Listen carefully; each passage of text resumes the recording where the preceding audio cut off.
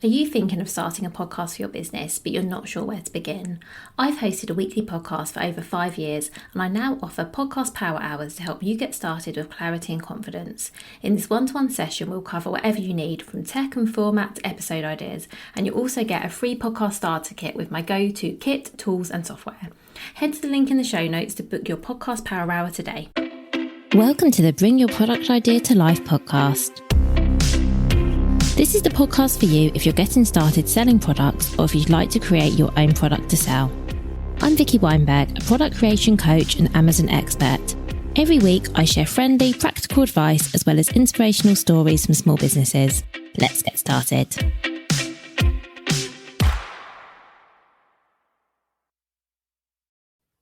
Hello and welcome to another episode of Bring Your Product Idea to Life. Today I want to talk about what to do if your sales are slower than expected. And I'm going to start this episode by reassuring you that this happens to lots and lots of sellers at all kinds of stages. So I do work with brands who, have just launched on Amazon and they're saying, "Oh, Vicky, I haven't had any sales yet. I'm quite worried." Maybe they've been there for a couple of months and sales haven't really picked up. I also work with brands who've been on Amazon for years and years. They've had so many sales. They've got hundreds or thousands of 5-star reviews, but their sales are suddenly a little bit slower. So just to let you know, you are definitely not alone. If you're listening to this episode because this is you're thinking, "Gosh, my sales just aren't where they want to be," do know this happens to lots of sellers. It happens for a variety of reasons. You're definitely not alone in this, and together we can work out what's going on and we can fix this. I also want to acknowledge how frustrating this is. I know that you've put a lot of work into getting set up on Amazon, and if you're not seeing the sales that your product deserves, that's really hard. But as I say, we are going to get to the bottom of this together in this episode. And know as well that having slow sales don't always mean that your product isn't good. It doesn't mean your listing isn't good. They're just a sign to take a closer look at what's going on. I should also say that there might be some factors influencing your slower sales that are nothing to do with you at all, and actually you can't perhaps even control. So, for example, I have one client whose sales always drop off in the summer. Every single year, from about May, they start to go downhill, and then from September, they pick up again. And even though her product isn't particularly seasonal, it just happens. And we've looked at doing various things over the years, and we've kind of just come to the conclusion that that's how it is. That's the buying pattern, and we're just accepting that. So there might be something like that affecting why you're having slower sales than usual at the moment. Summer is often a quieter time for lots of products on Amazon, unless they're summer related, holiday related products. For lots of sellers, things do go a bit quieter over the summer when people are away. So if that's you, please don't panic. Also, it might be something, that one of your competitors is doing. So, for example, if one of your competitors is having a really good sale on Amazon, so they've added a really good discount for a while, it could be that that's encouraging their products getting better sales, and that's having an impact on you. If that's the case, of course, you could also drop your price. I'm not a fan of this. I don't believe that we should get into price wars on Amazon. But if you've got the margin and you think, actually, maybe I could do a sale now, then yes, you could. Or you could also ride it out and know that things will hopefully then get back to normal. However, if none of this sounds familiar and you're just thinking, actually, there's no obvious reason why my sales aren't where they should be, let's go through the things to look into so we can troubleshoot this together. So the first thing I would say to do if your sales on Amazon are low is to look at your data. So if you go into your business reports, there are some key stats that you can have a look at. Now, the first is your sessions data. A low number of sessions basically means low visibility. It means a low number of people are actually seeing your product. And if visibility is an issue, then often that's to do with the keywords in your listing. It might be that your listing isn't as well optimized for SEO as it could be, and that's why you're not getting found. It also could be that your product is very new on Amazon and you haven't done anything to drive traffic. So first, let's take the first one. Even if your product has been on Amazon for ages, so you might think, "Oh, actually, my product's been on Amazon for 3 years, and I did all my keyword research and I wrote a really great listing." I'm not doubting that at all. But sometimes our products don't change, but the wording in which customers use to search does.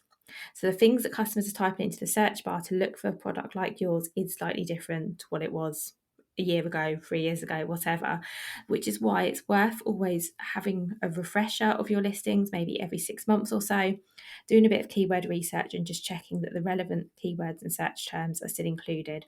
And obviously, if you're running ads to your listings, then you might want to think about changing the keywords that you're using for targeting as well.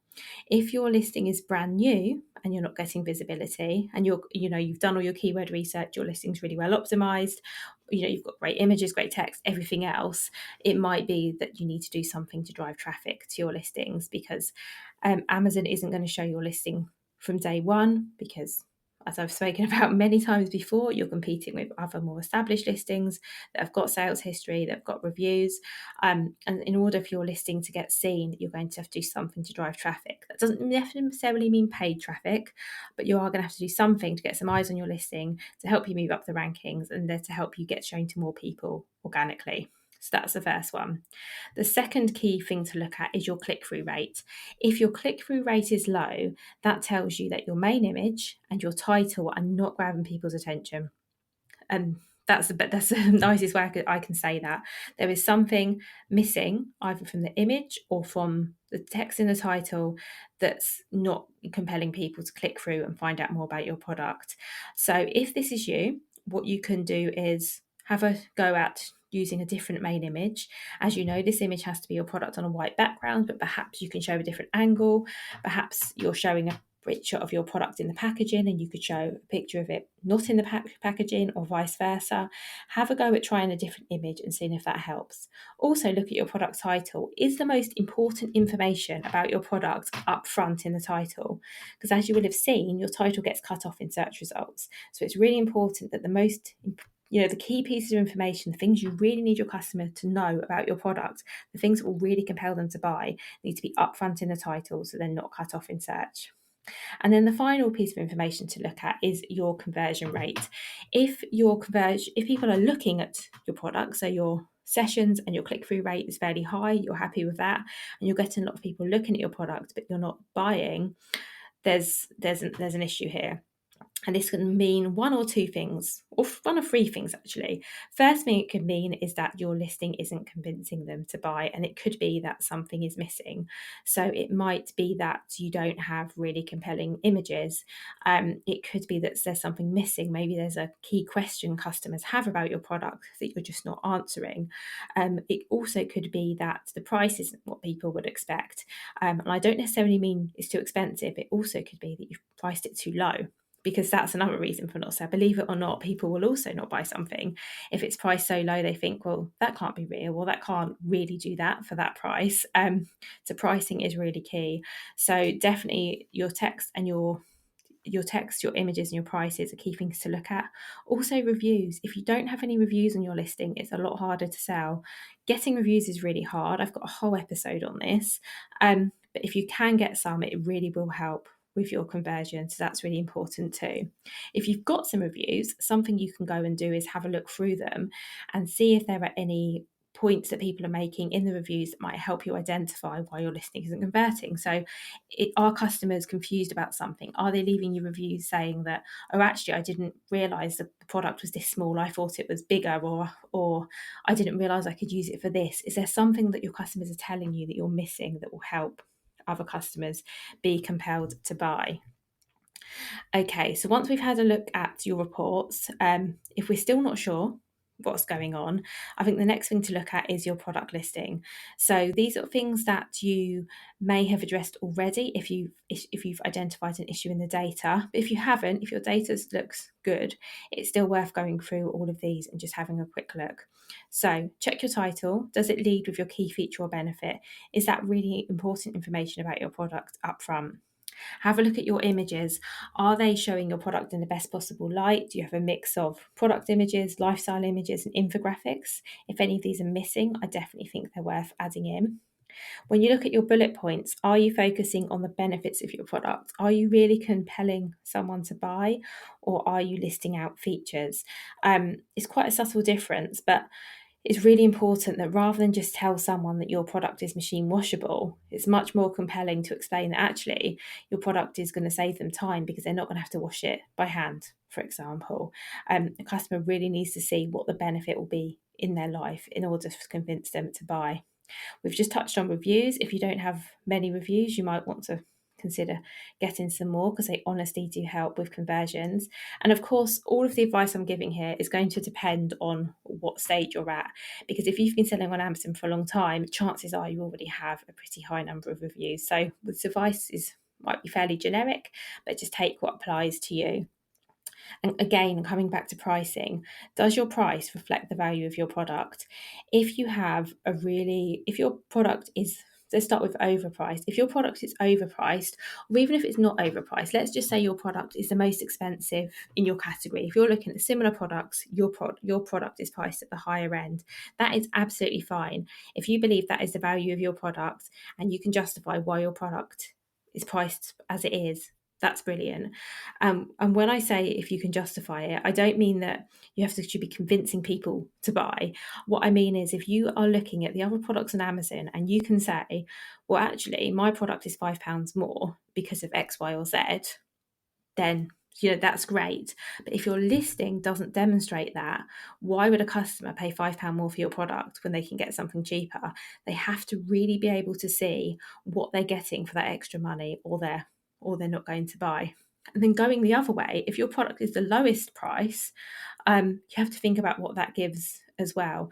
I think making sure your product is priced compared to your competition. You look at the other products on Amazon and you price your product where it makes sense. So you don't just try and be the most expensive, or you don't try and be the cheapest.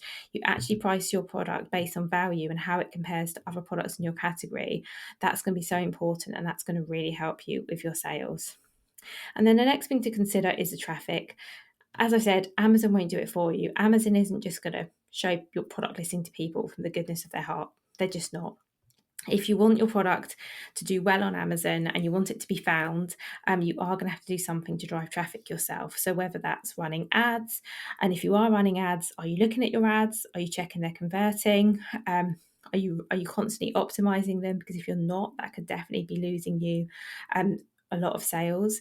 And if you are not using ads, what are you doing? Are you sending external traffic? Are you using your email list? Are you using your social media? What are you doing to get people over to your listing? You don't have to run ads. You've probably heard me say this before. I think Amazon ads are great because Amazon is a shopping platform. People are there to shop. And if they're looking for a product like yours and it pops up in an ad, there's a high chance of it converting into a sale. However, you don't need to do ads if they don't work for you. And I'm now going to talk about some things that I don't want you to do if you're not selling as many as possible. I don't want you to immediately drop your price, because it rarely solves the real problem. It might be that you want to test doing a sale price. So I don't mean dropping your price. I mean doing a sale over a weekend or for a couple of days and seeing if that has an impact. But that doesn't necessarily tell you that your product is too expensive. What that more likely points to is the fact that customers don't see the value in your product, and that there's something in your listing that you need to address. Don't change everything at once, because it makes it really impossible to track what helped. So, for example, if your click-through rate isn't as high as you'd like, don't change the title and the main image right away.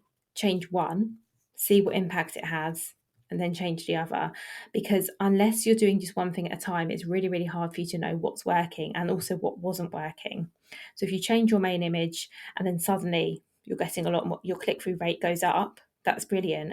And then if you're not getting the sales, and okay, we've fixed the click-through rate, there's something else going on here.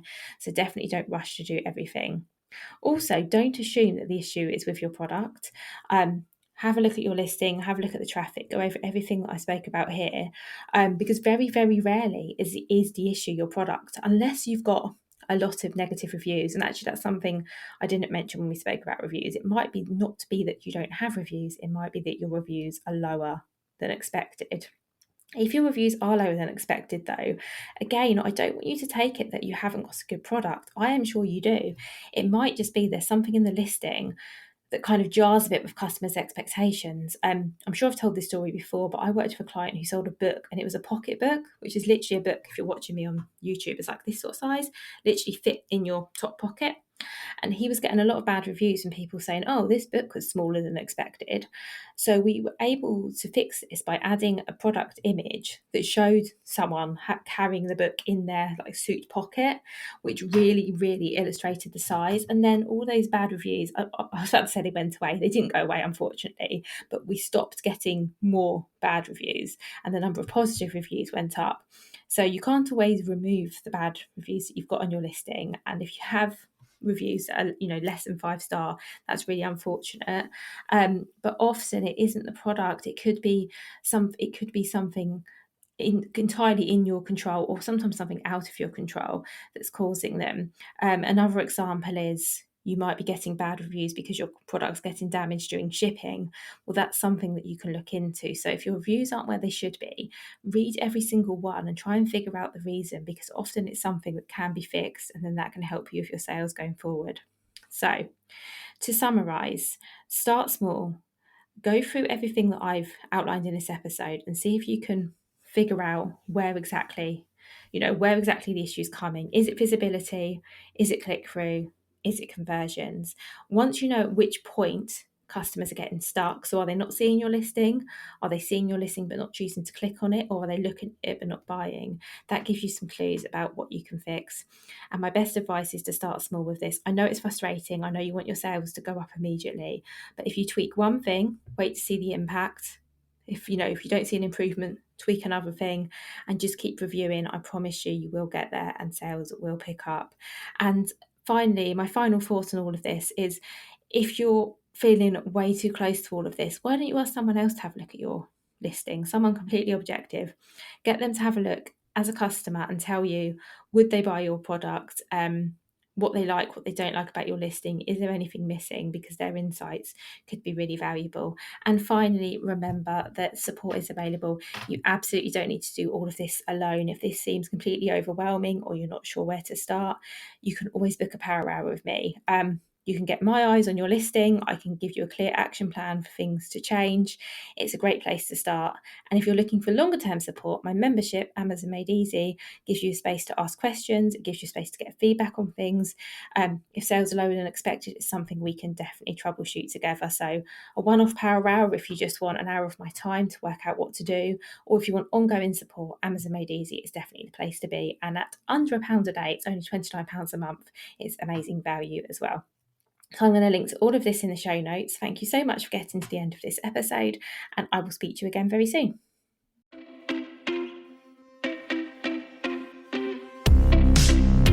Thank you so much for listening right to the end of this episode. Do remember that you can get the full back catalogue and lots of free resources on my website, vickyweinberg.com. Please do remember to rate and review this episode if you've enjoyed it, and also share it with a friend who you think might find it useful. Thank you again, and see you next week.